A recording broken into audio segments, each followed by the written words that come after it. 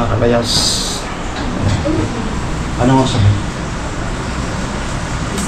11:51. 11:51.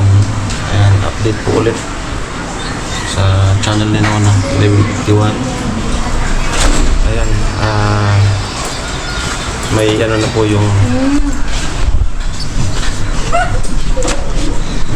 ayan, may ano na po yung doktor na release na si Badit. Dito na yung mga backup natin. Sila yung naglakad ng papilis.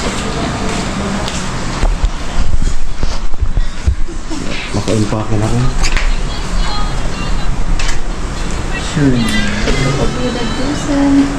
Ano pa?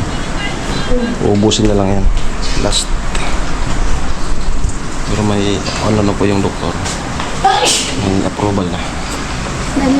For release. Pang po sa manok. Depicted mo lang to. Pang po sa manok.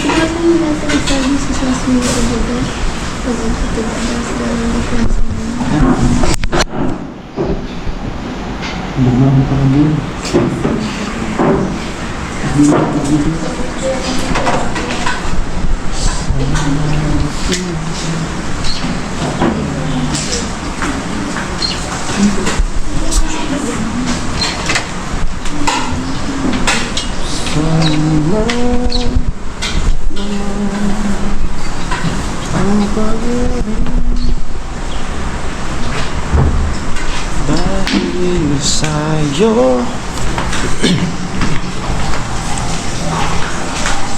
ayan na. Sa wakas po ay makakauwi na kami.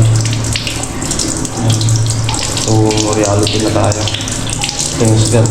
Kasi ano, pero hindi pa alam kung magkano ba yung matitira sa PhilHealth. Hindi pa alam.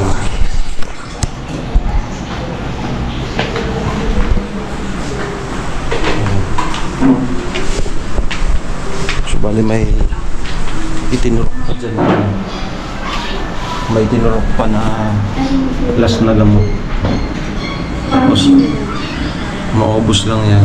Okay na. Naglalakad na rin si Rika nung para sa pag-exit. Siguro mga hapon na yun. Mga hapon na ata. Ayan. At yung isa mabilis nakaligpit na. May mga battle na lang yan. So 6 na araw simula nung na-admit.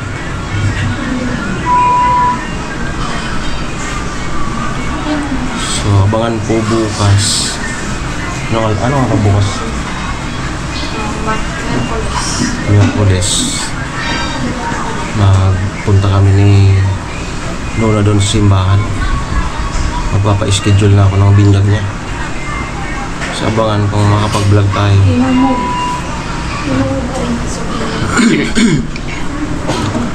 Kasi ang plano ko po isabay sa ano niya, sa birthday niya. Kaso October pa yon. Yung pera kasi nagagalaw.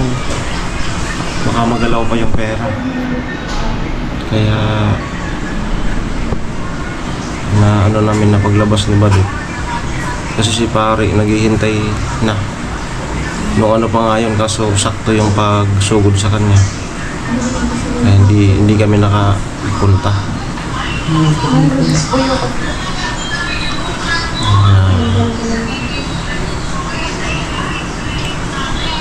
Para ma-schedule na sa binyag.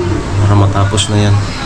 Para sa October 19, yung birthday niya na lang. 18th birthday. Para sakto yan simbang gabi. Ganap na siyang Kristiyano. Kasi mahirap na panay simba na niya, mga kinaugalian nating Kristiyano, pero hindi pa siya binyag. kulurum kung baga. Kaya sinisikap natin na ano, mapabinyagan na sa abangan po. Tapos napag-desisyonan namin para hindi na masyadong pagod, advice din ni paring Jason, kapatid ko, na para wala nang masyadong involved na tao, magluluto, ganito. Doon sa Kambingan, parang restaurant, doon sa papuntang Balatan, doon na lang po yung after ng binyag, kung ilan kaming magkakasama, didiretso na lang ni paring Jason doon. Bali doon na lang kakain para hindi na magka-bisi-bisihan pa, kasi mahirap nakakapagod magluluto, preparation. Pero pag sabi ni paring Jason, ganun na lang gawin mo, makakalis talaga ng pagod. Halos marami naman doon mga birthday, kasal sa mayor, doon din pwede nga rin sa mga inasal, kaso mas malayo na yung Nabua. Yung Kambingan malapit lang sa amin, kaya doon na lang po. Parang secretihan lang, makakatipid pa doon na gano'n. So ganun po yung magiging sistema ng binyag ni Nono. Ang mahalaga, nabinyagan. Hindi naman mahalaga yung handa na yan. Ang mahalaga, dun sa altar, humarap siya at mabinyagan.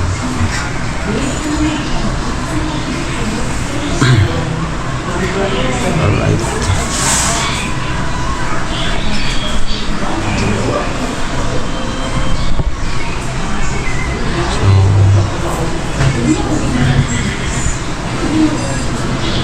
Siguro maya-maya mag-update ulit tayo kung magkano talaga yung final na babayaran.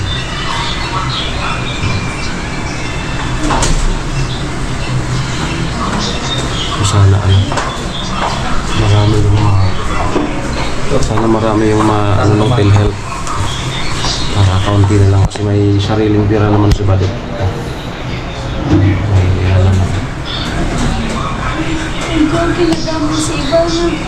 Yung nga rin reklamo kasi doon sa iPhone. Doon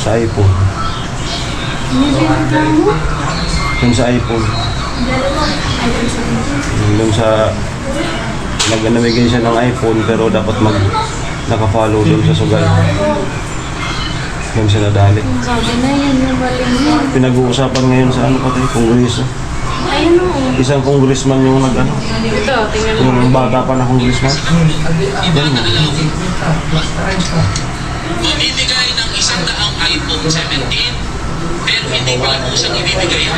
Dapat ikaw muna ay mag-subscribe o mag-like doon sa isang online gaming platform. At wala mo kahit saan dito yung pagsunod doon sa sinasabi ko na pinag-usapan natin. Okay. Ready ka na sa binyag mo? Yes. Ready ka na? Wala nang pag-aalin lang?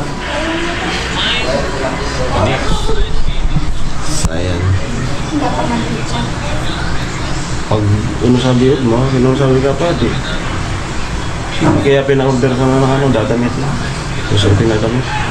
Ay, hindi sa UCC pala, para sigurado. Kasi baka pag sa online, iba kasi pag sa personal na, pag sa online, baka di niya rin suotin. Kaya mismo dapat sa UCC. Ang mangyayari, babayarin si Ivana ng 1 million. Magmumulta yan. Oo, 1 million. Tapos, pag kumbaga, naipangalawahan pa yung Facebook, YouTube, lahat ng platform ni Ivana, mawawala. Terminate. Wala, hindi man yun gumawa din ulit ng bago. Madali lang naman. Okay lamang po. So, abang-abang po sa mga ganapan. Tapos ipapahinto